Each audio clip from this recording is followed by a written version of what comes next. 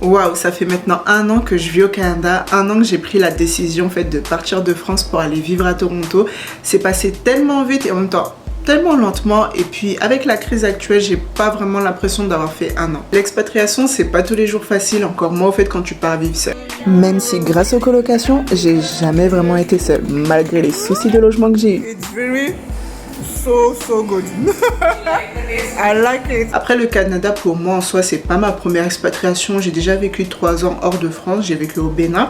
D'ailleurs, je sais pas si on appelle une expatriation quand tu pars vivre dans le pays d'un de tes parents. Les 7-8 premiers mois, ça a été les montagnes russes émotionnelles avec des enchaînements de galères. Je suis quand même fière de moi que malgré les difficultés que j'ai pu rencontrer, j'ai su les surmonter. Combien de fois je me suis dit, quitte Toronto parce que toutes les galères qui t'arrivent, c'est juste peut-être que Toronto n'est pas fait pour toi. Ou je me suis dit, retourne en France. Bon, ça c'était inconcevable pour moi. Et pendant mes 8 premiers mois, j'étais pas forcément bien, même si je le montrais pas parce que j'aime pas montrer quand je suis pas bien. J'ai eu au fait la chance d'avoir un de mes frères avec qui il me parlait tous les jours, même encore aujourd'hui, il me parle tous les jours on s'envoie un message.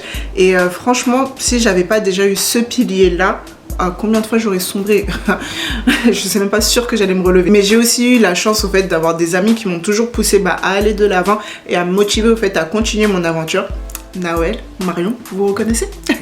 Et puis je me suis dit, attends girl, t'as payé ton billet d'avion en août 2019, bien avant que cette histoire de pandémie se passe, pour le 17 mars 2020, quand Macron avait annoncé que les frontières fermaient et qu'on ne devait plus sortir à partir de midi. Mon avion a décollé à 12h30, voire même 13h. Ensuite, pour le Canada, les frontières fermaient le 18, donc toi t'es venu un jour avant.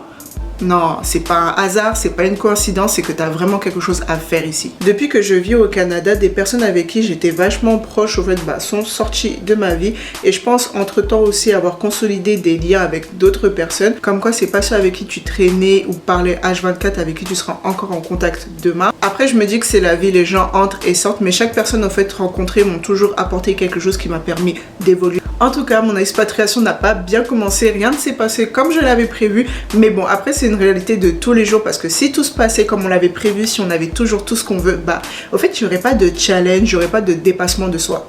Après la bataille avec la dépression et la remise en question, j'ai décidé d'aller voir ailleurs, en commençant par les chutes du Niagara.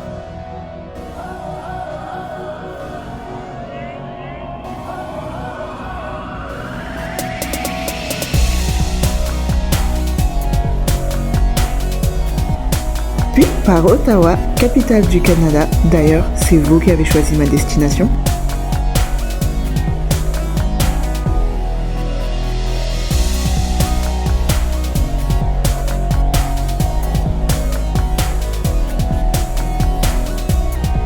J'ai continué le mois d'après sur un petit week-end à Montréal. D'ailleurs, la vidéo se retrouve sur mon Instagram.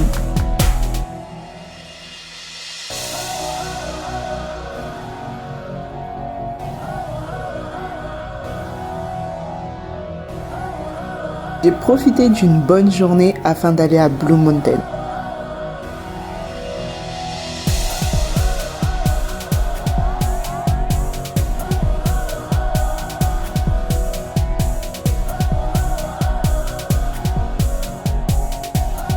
Et bien sûr, je découvre de jour en jour ma ville, Toronto.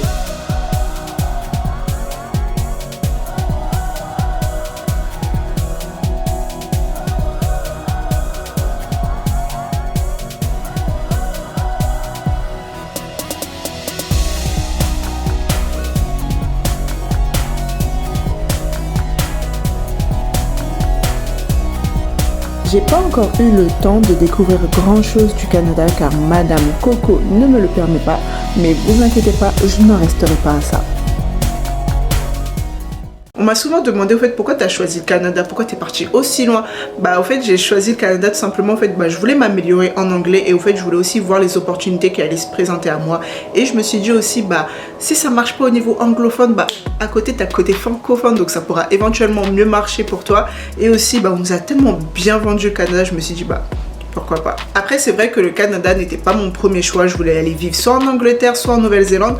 Mais par rapport à l'Angleterre, vu qu'il y avait à ce moment-là le Brexit, je me suis dit, je préfère en fait aller dans un pays où les accords avec la France sont déjà signés. Et pour la Nouvelle-Zélande, en fait, je savais que j'allais vite avoir mon visa. Et je me suis dit, le Canada, c'est un peu dur, mais en même temps facile d'y rentrer. Je me suis dit, vaut mieux commencer par ce qui est semi-dur. Et ensuite, éventuellement peut-être aller en Nouvelle-Zélande et je m'étais dit que de toute façon si je suis pas tirée au sort pour le Canada, j'allais en Nouvelle-Zélande. Alors me voilà au Canada, à Toronto précisément, que je découvre chaque jour. Bon, j'aurais aimé pouvoir la connaître hors Covid parce que tout le monde me lance des éloges et tout. Ouais, hors Covid il y avait ça. Arrêtez de me foutre le seum là.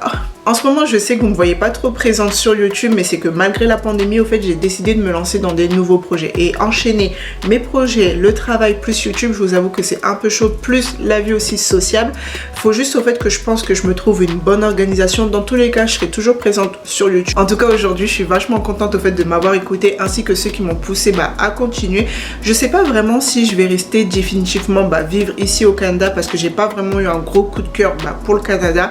Après, malgré que j'aime bien vivre ici, il y a plein d'endroits où j'ai envie d'aller vivre, que j'ai envie de connaître. En tout cas, l'avenir me le dira et aussi selon mes projets, peut-être je changerai d'avis. Aujourd'hui, je me connais mieux et je sais que je vais dédier ma vie et mon argent au voyage. En tout cas, dès que ce sera possible. Voyager, découvrir de nouvelles cultures, découvrir de nouvelles personnes, découvrir des différents modes de vie, découvrir des bouffes que j'imagine même pas encore là. En fait, c'est ça au fait qui me rend heureuse. Et au fait, avec la situation actuelle, au fait, je me suis dit arrête au fait de te prendre la tête parce qu'on sait vraiment pas ce qui peut arriver demain. Je me suis dit fais juste vraiment ce qui te rend heureuse. Voyager, la photographie et ton nouveau projet maintenant, c'est le meilleur au fait investissement que je pourrais faire de mon temps et aussi financièrement. Je veux remercier mes proches de toujours me soutenir, mais aussi aux personnes rencontrées et aux futures personnes dont je vais croiser la route, car grâce à vous, je grave en moi des moments juste inoubliables. Amidou.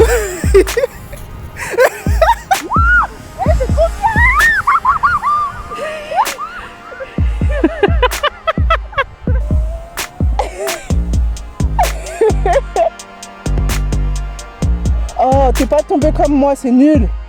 Voilà comment je m'enfonce en hiver au Canada.